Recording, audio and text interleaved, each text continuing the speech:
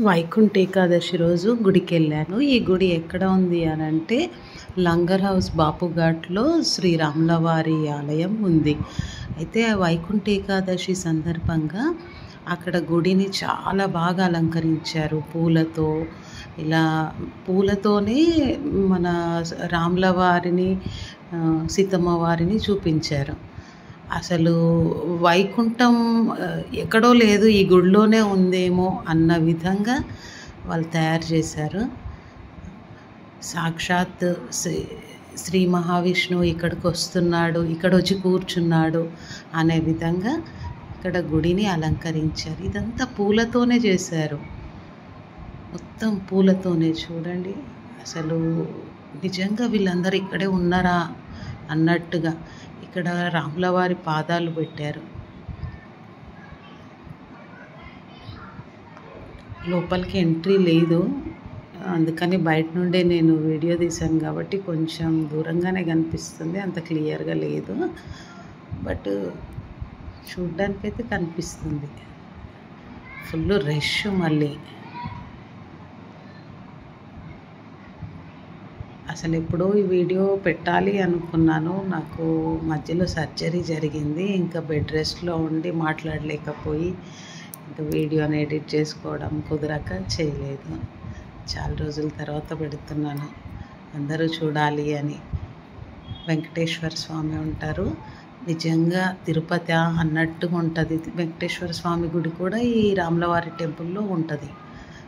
అసలు 2 కళ్ళు చాలవు ఈ స్వామిని దర్శించుకోవడానికి. ఇంకొకటి వైకుంఠ ఏకాదశి సందర్భంగా ఇక్కడ స్వామివారిని అలంకరించారు, అమ్మవార్లను కూడా అలంకరించి ఇంకా వచ్చిన భక్తులు అందరూ చక్కగా ఏంటంటే అర్చన ఇంకా ఎవరికి తోచిన విధంగా వాళ్ళు చేయించుకుంటూ ఉంటారు. ఇక్కడ పంతులు గారు కూడా కొన్ని విషయాలు చెప్తున్నారు, చూడండి. వైకుంఠంలో ఉన్నట్లనే అందరూ స్వామి కూడా మన ప్రధానితో వచ్చారు కాబట్టి అందరూ కూడా స్వామివారి నామస్మరణ చేసుకుంటూ గోవిందానుకుంటా ముందుకు వెళ్ళాలి. అందరూ కూడా బొట్టు పెట్టుకోండి. ఆడపడుచులు దయచేసి చక్కగా కాళ్ళకు పసుపు పెట్టుకొని మంచిగా మీరు బొట్టు పెట్టుకున్నారనుకోండి, మీ దగ్గరికి ఏ రోగం కూడా రాదు, ఏ వ్యాధి రాదు.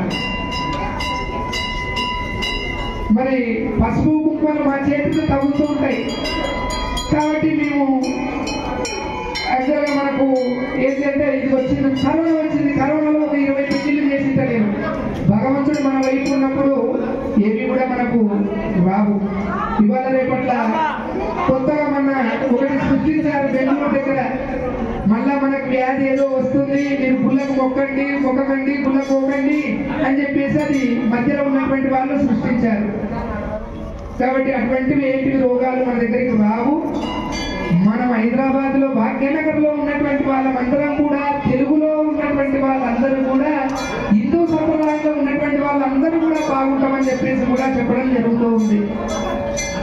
మరి మీరు చక్కగా చూస్తూ ఉంటారు, సంఘంలో రామాలయంలో ఈ యొక్క కార్యక్రమాన్ని జయప్రదం చేస్తూ ఉన్నారు అంటే మరి మా యొక్క గురువు గారైనటువంటి ఆశీస్సులు ఒకటి, మరి బల్వీర్ దాస్ బాబా గారి ఆశీస్సులు, మరి రాహుల్ దాస్ బాబా గారి నిత్యం కూడా ఆయన 24 గంటలు మేలుకొని మన హైందవ ధర్మం గురించి ఆలోచిస్తుంటాడు. ఆయన మరి చిన్న ఏజ్ అయినా కూడా గొప్ప మనిషి ఆయనది. బోల్ శ్రీ రామచంద్ర భగవానికి.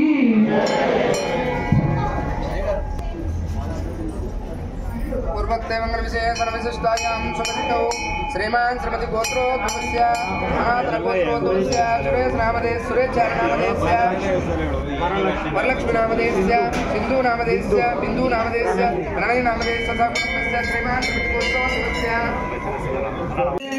निवासाय श्रीनिवासाय मंगलम गोविंद.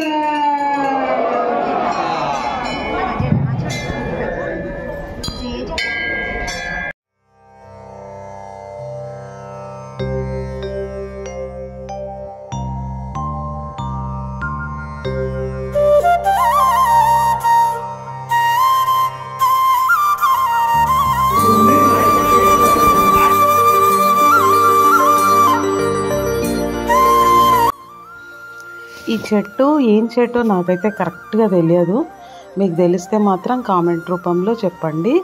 అయితే ఈ చెట్టు పైన ఒక పువ్వు కనిపించింది నాకు.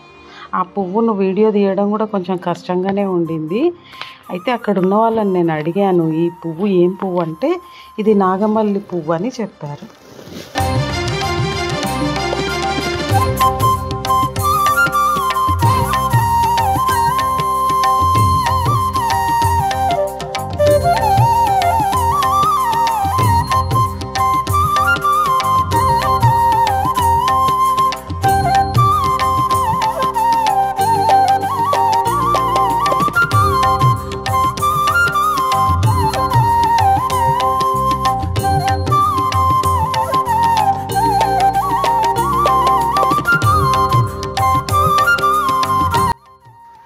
అయితే ఇక్కడ వైకుంఠ ఏకాదశి సందర్భంగా జ్యోతిర్లింగాలను కూడా రూపొందించారు.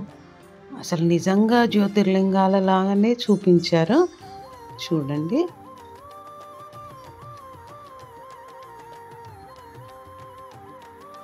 రామేశ్వరం జ్యోతిర్లింగం ఇక్కడ.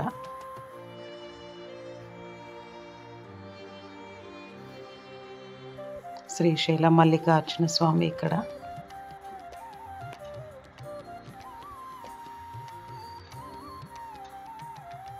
ఓంకారేశ్వర జ్యోతిర్లింగం ఇక్కడ.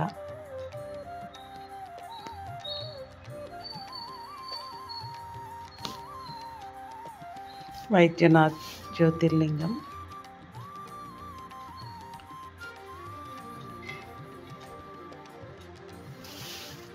కుష్మేశ్వరం.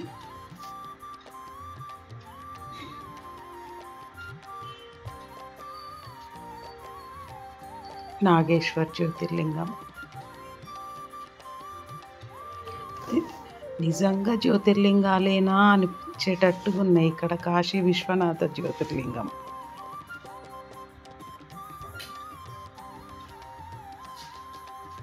త్రయంబకేశ్వర జ్యోతిర్లింగం. జ్యోతిర్లింగాలను చూడని వాళ్ళు కూడా ఇక్కడ చూస్తే ఆ జ్యోతిర్లింగాలను దర్శించుకున్నంతగా కంటికి అసలు చెప్పడానికి కూడా మాటలు రావట్లేదు.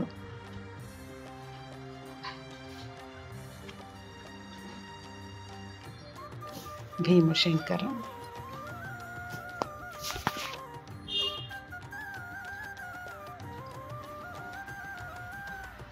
కేదార్నాథ్ జ్యోతిర్లింగం ఇక్కడ. అన్ని పూలు పండ్లతో కప్పేశారు. కరెక్ట్గా రాలేదు వీడియో తీసుకోవడం.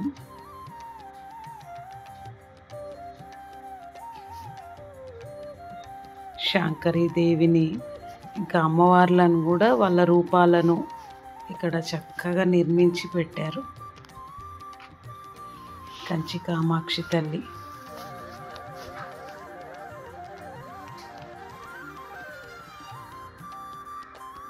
అక్కడ ఏ విధంగా ఉంటుందో అదే విధంగా ఇక్కడ పెట్టారనమాట. సో జస్ట్ ఎగ్జిబిషన్ టైప్ చేశారు ఇక్కడ అమ్మవార్లందరినీ.